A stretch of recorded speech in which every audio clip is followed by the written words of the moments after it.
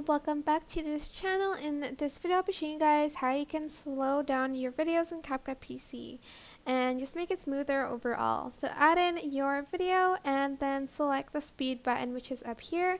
Then you're going to move it to the left side and then you're just going to select smooth slow motion. It does take longer if you select Optical Flow, but it does give you like a better result. So make sure you select Optical Flow. It does take a longer time, but it gives you a better quality. And again, according to the duration of your video as well, if it is longer, it will take a long time to process. So keep that in mind. But that is basically it. As you can see, we're almost done. I hope this tutorial was helpful for you guys. Don't forget to like, comment, share, and also subscribe to this channel if you haven't done that already.